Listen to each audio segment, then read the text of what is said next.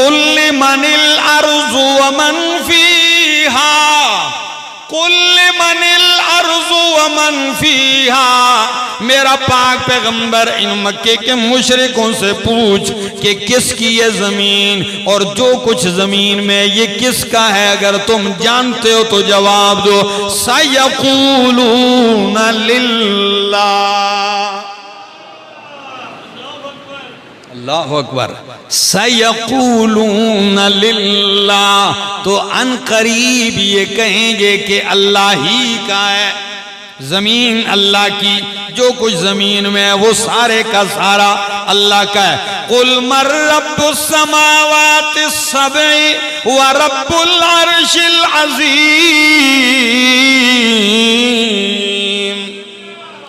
میرا پیارا پیغمبر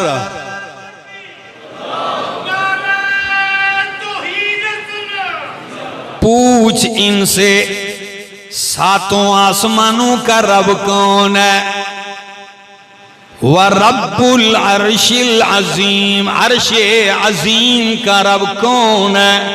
میرا پیغمبر ان مکے کے بت پرستوں سے پوچھ، تو قرآن کہتا ہے سَيَقُولُونَ لِلَّهِ، وہ کہیں گے کہ آسمانوں زمین بلکہ ساتوں آسمان عرش عظیم کا رب کون ہے؟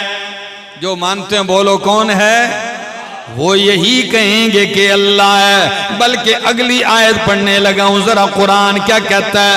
قُلْ مَنْ بِيَدِهِ مَلَكُوتُ كُلِّ شَيْءٍ وَهُوَ يُجِيرُ وَلَا يُجَارُ عَلَيْهِ إِن كُنتُمْ تَعْلَمُونَ، میرا پاک پیغمبر ان مکے کے مشرکوں سے پوچھ، مَنْ بِيَدِهِ مَلَكُوتُ كُلِّ شَيْءٍ، کس کے ہاتھ میں ملکوت کل شیء، ہر چیز کا اختیار کس کے ہاتھ میں ہے؟ وَهُوَ يُجِيرُ وَلَا يُجَارُ عَلَيْهِ، اور وہ پناہ دیتا ہے، اس کے مقابلے میں کوئی پناہ نہیں دیا جا سکتا۔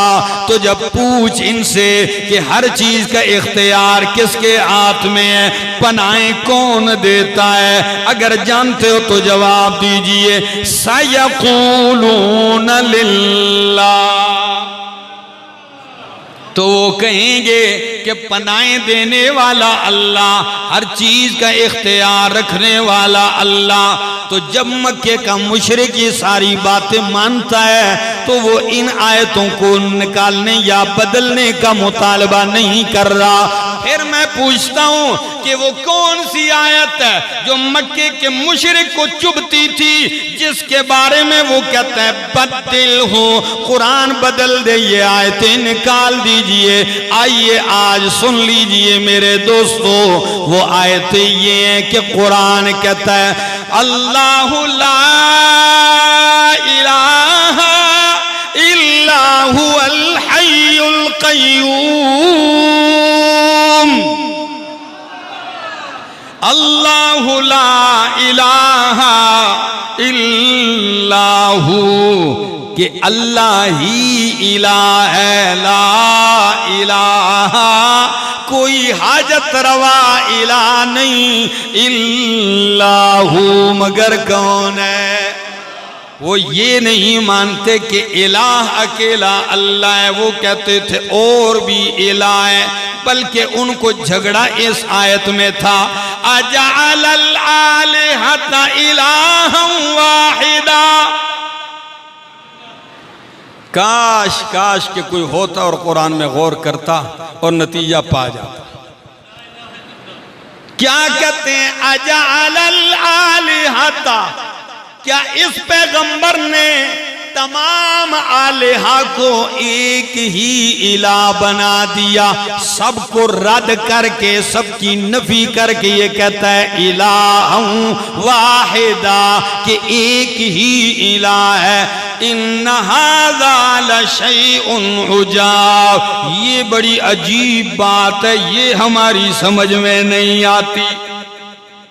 جھگڑا کس میں تھا؟ وہ کہتے تھے کہ الہ اکیلا اللہ نہیں، بلکہ اللہ کے ساتھ اور بھی الہ ہیں، مدد کرنے والے ہیں، بیڑے پار لگانے والے ہیں، کھوٹی قسمتیں کھری کرنے والے ہیں، مال اولاد گھر زندگی میں برکتیں دینے والے ہیں، یہ باقی بھی ہیں۔ بلکہ وہ کہتے تھے کہ قرآن کہتا ہے کہ لا یملکون لِأَنفُسِهِمْ نَفْعًا وَلَا ضَرًّا، جن کو تم الہ مانتے ہو وہ تمہاری مدد تو کجا، وہ اپنے آپ کے نفع نقصان کے مالک نہیں۔ اس بات سے ان کو چڑ ہوتی تھی، بلکہ وہ کہتے تھے، یہ میرے سامنے سورت کا نام سورت یونس ہے، اللہ کا قرآن کہتا ہے، مکے کا مشرک کہتا ہے ما نعبدہم، بلکہ کہتا ہے ہؤلاء شفعاؤنا عند اللہ، یہ جن کو ہم پوجتے ہیں یہ اللہ کے ہاں ہمارے سفارشی ہیں۔ اللہ کو خالق مالک مانتے تھے، لیکن جن کو وہ پوجتے تھے ان کے بارے میں کیا کہتے تھے؟ یہ اللہ کے ہاں ہمارے سفارشی ہیں۔ کیا مطلب ہے؟ کہ اللہ ساڑی سندا نہیں تے انہاں دی موڑدا نہیں، ساڑی انہاں دے اگے تے انہاں دی انہاں دے اگے، یہی یہ ہمارے سفارشی ہیں۔ اور قرآن تیسرے مقام پہ کہتا ہے، یہ میرے سامنے اللہ کا قرآن ہے اور سورت کا نام ہے سورت زمر، 24واں پارہ ہے، دوسری آیت قرآن کیا کہتا ہے؟ الا للہ الدین الخالص، ہائے ہائے ہائے کیا لفظ ہے، الا للہ الدین الخالص، خبردار کائنات والو سن لو، کوئی شفاعت سفارشی جبری قہری، کوئی اللہ کی بارگاہ میں شراکت دار حصے دار نہیں، بلکہ الا للہ الدین الخالص، دین خالص، خالص عبادت اور